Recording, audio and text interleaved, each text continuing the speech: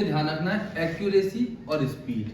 ये 2 साल में जो आपने पढ़ा है, अगर वो आप डिलीवर कर पाए तो would you be getting somewhere 98, 97, 99 percentiles in JEE।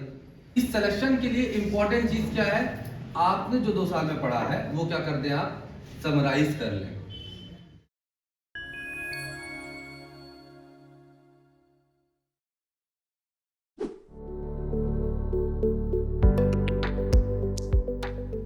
कभी भी आप, अगर आपको ये लगता है कि आपने 2 साल मेहनत नहीं की तो ये गलत है। जी तोड़ आप सबने मेहनत की है।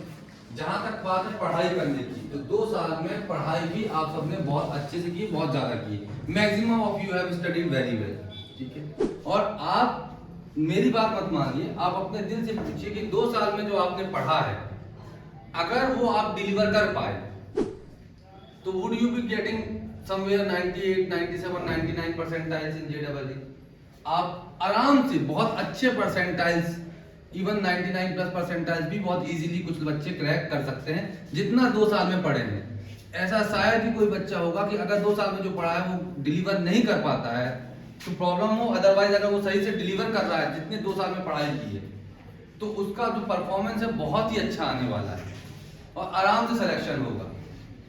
मैं दोनों के लिए बात कर रहा हूं। अब इस सिलेक्शन के लिए इंपॉर्टेंट चीज क्या है, आपने जो 2 साल में पढ़ा है वो क्या कर दें, आप समराइज कर लें। पैनिक ना करते हुए, बचा कितना टाइम है इसको ना देखते हुए, क्लॉक पे उस चीज को ना देखते हुए, देखिए आप प्रैक्टिकली समझिए 40% टू 50% अगर मार्क्स लेके आ रहे हैं आप JEE में फर्स्ट अटेम्प्ट में, तो आप ये समझिए कि आप समवेयर 97 टू 99 परसेंटाइल तक, 98 प्लस 97 प्लस 99 टच करते हुए इस परसेंटाइल के रेंज में आएंगे, ठीक है। और आपने जो सिलेबस कवर किया है अपने इंस्टीट्यूट में, है ना, थर्मो को छोड़ के, फिजिक्स में थर्मो यूनिट को छोड़ के बाकी पूरा सिलेबस कंप्लीट कराया गया है आपका।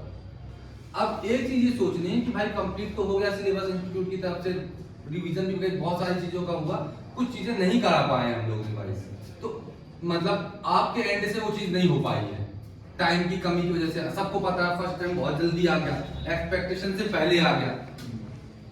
वो तो बहुत गनीमत की बात यह है कि हमारे अपन लोगों ने मेहनत शुरू से की, टारगेट बनाया और उसको अचीव कर लिया, ठीक है। फिजिक्स में थोड़ा सा 10 दिन का लैग हुआ, अदरवाइज थर्मो भी लगभग खिंच जाता है या थोड़ा बहुत बचता तो अलग बात है। जो पोर्शन आपने अभी नहीं पढ़ा है या रिवाइज नहीं बहुत अच्छे से, उसके पीछे परेशान होने की जरूरत नहीं है। ये बात समझ लीजिए, शैलो नॉलेज से ऊपर ऊपर आपको पता है कि कुछ फॉर्मूले याद है थोड़ा थोड़ा, और आप सोचेंगे कि उस चैप्टर से आप मार्क्स निकाल लें, ये थोड़ा सा मुश्किल है, समझ लेना। At the end confusion create होता है, पैनिक क्रिएट होता है, आपके मार्क्स लूज होते हैं।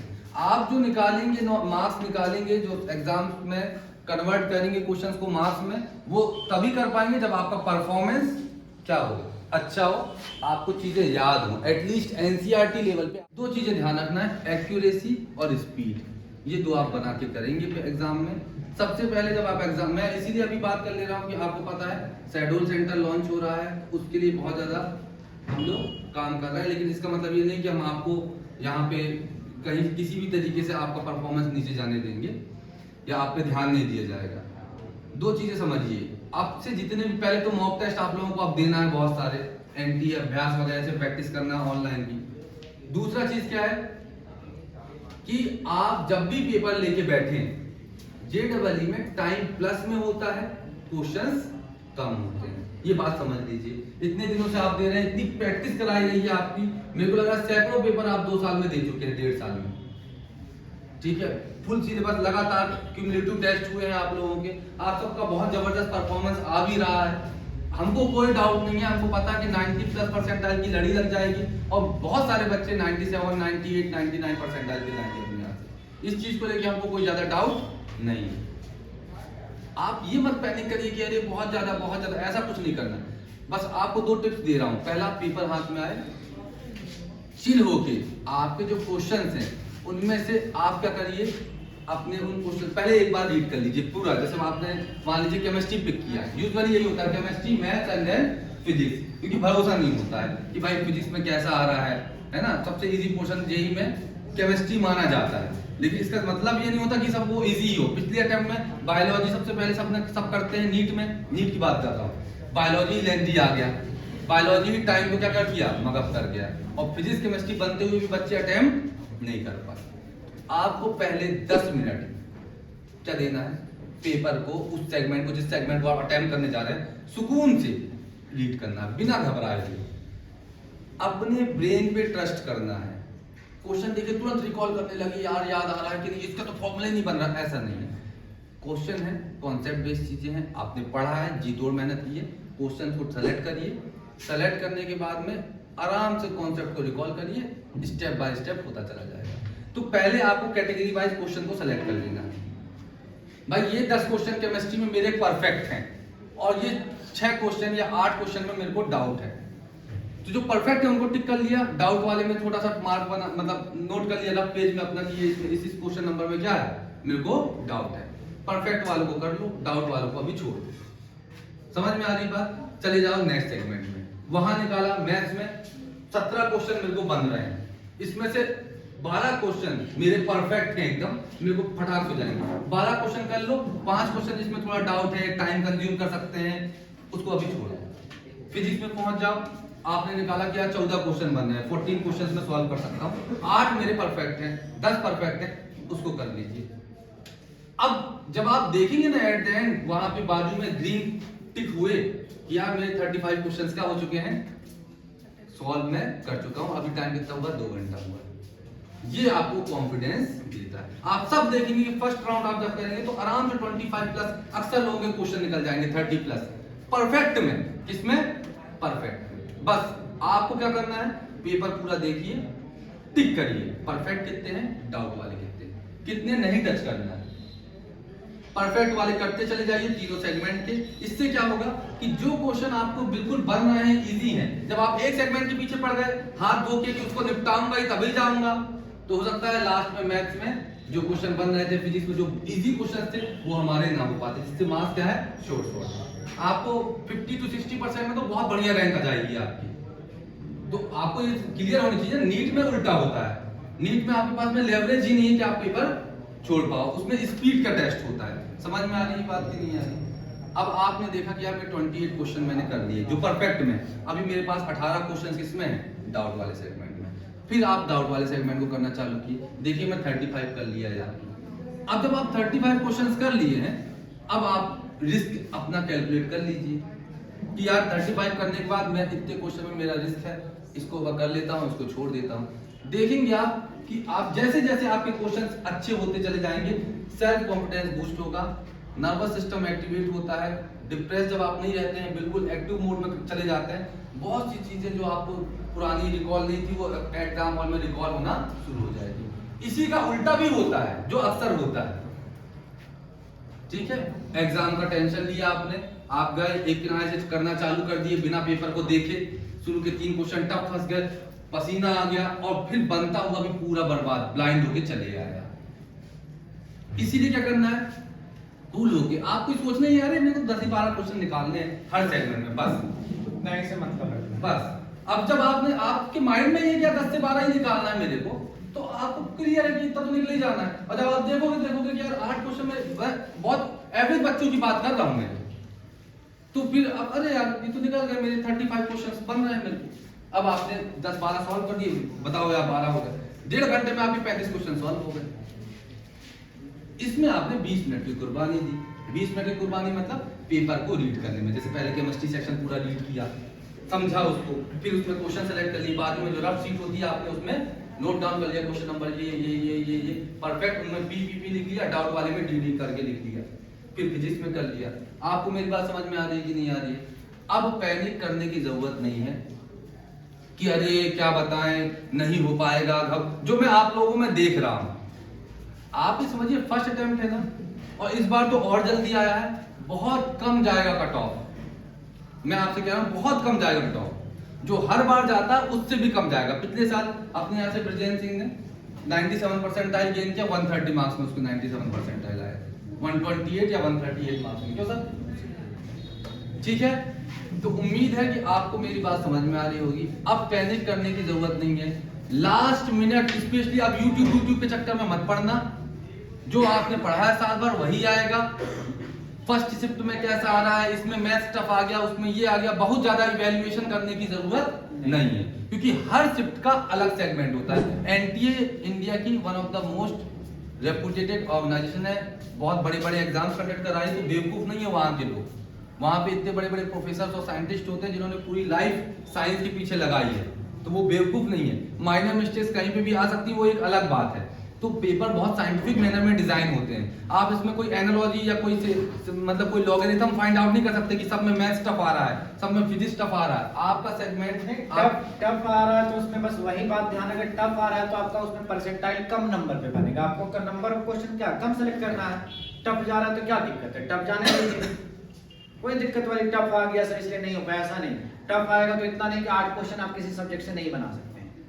अब जब टफ है आपका तो 8 क्वेश्चन में जो परसेंटाइल बनेगा, अब 12 क्वेश्चन जो इजी है, 14 क्वेश्चन 12 क्वेश्चन में बने, उतना ही परसेंटाइल बनेगा आपका। तो टफ और क्या इजी से कोई वो लेना देना है नहीं। टफ है तो सबको डिफिकल्ट लगेगा, उसके अकॉर्डिंग सब क्वेश्चन अटेम्प्ट करेंगे, उतना ही करेंगे तो परसेंटाइल आपका अच्छा बनेगा। डिफिकल्ट पेपर होते हैं तो परसेंटाइल, पहले भी आपने बोला है कि परसेंटाइल आपके क्या अच्छे बनेंगे, डिफिकल्ट कम क्या मार्क्स पे, तो मार्क्स पे आपको नहीं लड़ना है। ओवरऑल परसेंटाइल, अब परसेंटाइल से ही आपको क्या अच्छा कॉलेज मिलने वाला है, तो यही आपको ध्यान रखना है। बस 2 बात समझ लीजिए, आपने साल भर बहुत मेहनत की पिछले 1.5 साल बेटा। गुरुकुल मॉडल में रह के मोबाइल से आप दूर रहे, दोस्तों से आप दूर रहे, गैजेट से आप दूर रहे, दिन रात आपने मेहनत की, 12-12 14-14 घंटे आप यहाँ पे रहते हैं, इंस्टीट्यूट के अंदर में रहते हैं, सेल्फ स्टडी करते हैं, टीचर्स 10-10 घंटे आपके पास में अवेलेबल रहते हैं। कहीं पे किसी इंस्टीट्यूट, सब जगह अभी छुट्टी, सब अपना अपना देख रहे हैं। यहाँ पे हम आपके पीछे लास्ट मोमेंट तक हैं, आपको इन्वायरमेंट दिया जा रहा है। ठंडी का महीना, आप सुबह 6-7 बजे आ रहे हैं, रात 11 बजे आप लोग जा रहे हैं, तो बेवकूफ तो नहीं है ना। बस अपने ऊपर भरोसा करना है आपको। क्या करना है? अपने ऊपर ट्रस्ट करना है, अपने नॉलेज पे, अपने टीचर्स के गाइडेंस पे, और जो आपने हार्डवर्क किया उस पे। अगर आप पेशेंसफुली काम कर जाएंगे, मैं कह रहा हूं हर बच्चे का यहाँ पे जबरदस्त परफॉर्मेंस आएगा, सिलेक्शन गारंटीड है। आप मेरी बात समझ रहे हैं कि नहीं? गोल्डन, और आप समझिए जो फर्स्ट टाइम जल्दी आया है आपके बैच के लिए, हमारे इंस्टीट्यूट के लिए गोल्डन अपॉर्चुनिटी है। बहुत सारे लोग सिर्फ 60-70% सिलेबस कवर करके जा रहे हैं, आप कितना करके जा रहे हैं? 90-99-98% सिलेबस करके जा रहे हैं। 100% मान लीजिए सिर्फ थर्मो का यूनिट बचा है, वो भी केमिस्ट्री में हुआ पड़ा है। समझ रहे हैं कि नहीं?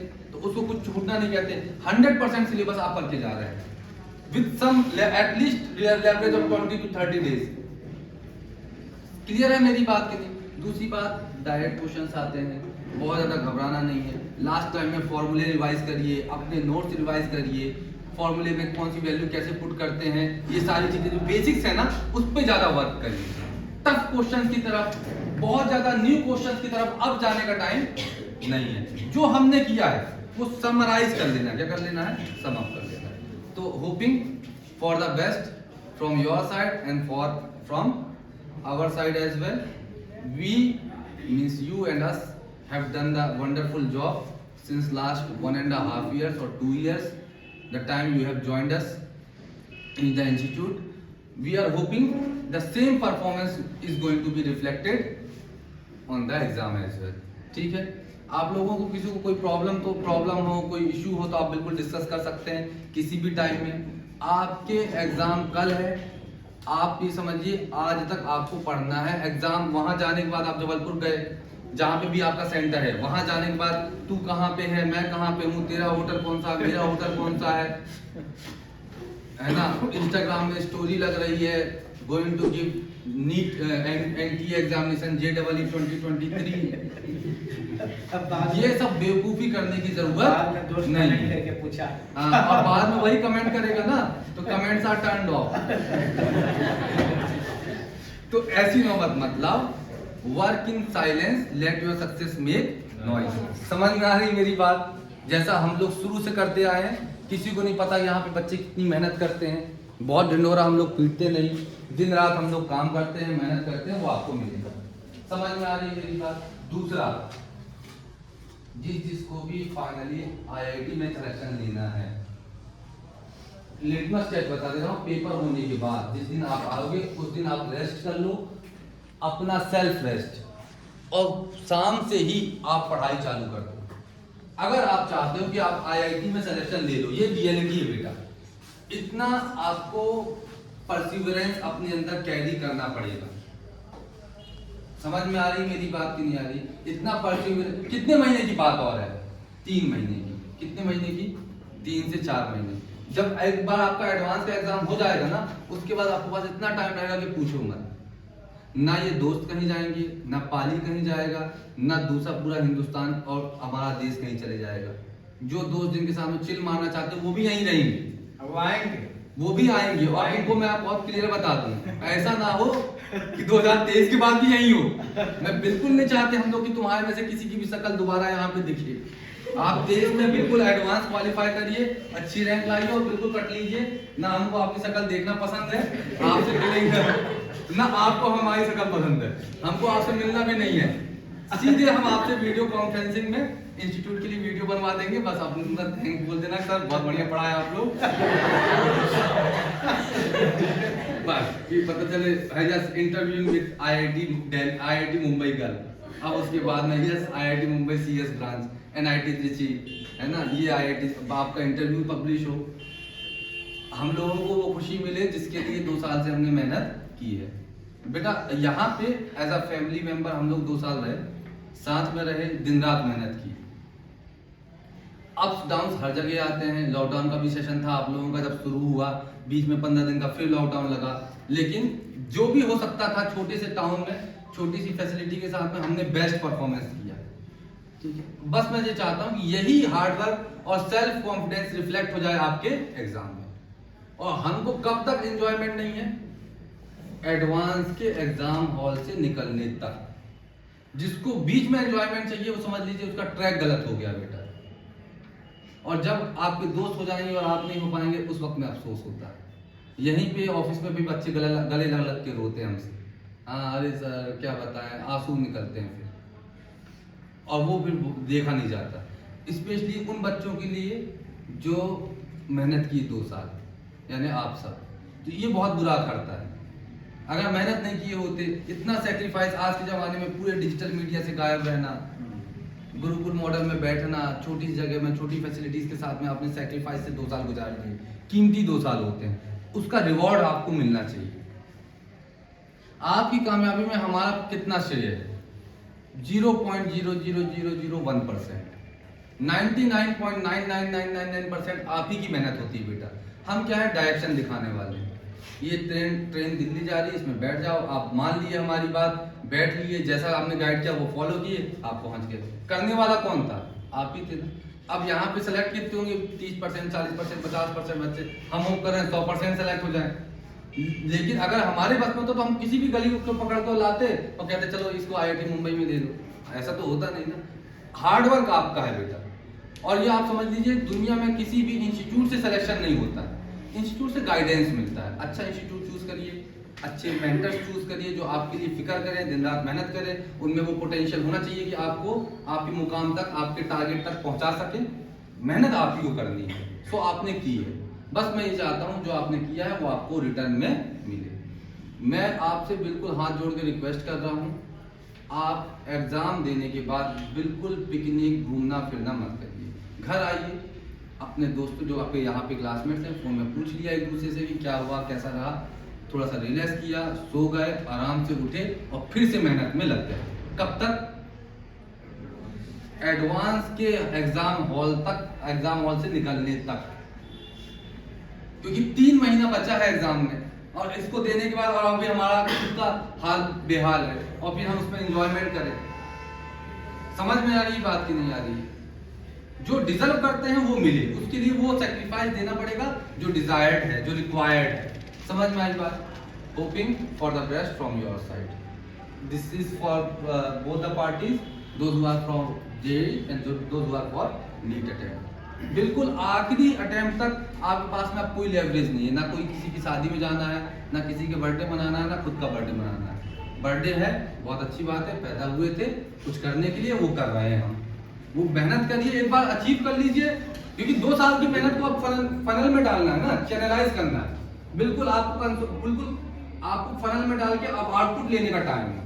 इस टाइम में लापरवाही करेंगे, फसल खराब हो जाएगी। ठीक है, thank you very much, may God bless you. बहुत बहुत धन्यवाद आप सबका। ठीक है, और बाकी लास्ट तक आप लगे रहिए यहाँ पे। आपको अगर क्लासेस नहीं भी करनी है, आप यहाँ आइए, पढ़िए। आपकी सेल्फ स्टडी में डिस्टर्बेंस हो रहा है, कुछ रिक्वायरमेंट है, सर लोग हैं हमेशा, मैं हूँ, स्टाफ है, 20-20 लोग हैं यहाँ पे, किसी से भी कुछ बताइए, आपकी problem then and there solve की जाए। ठीक है।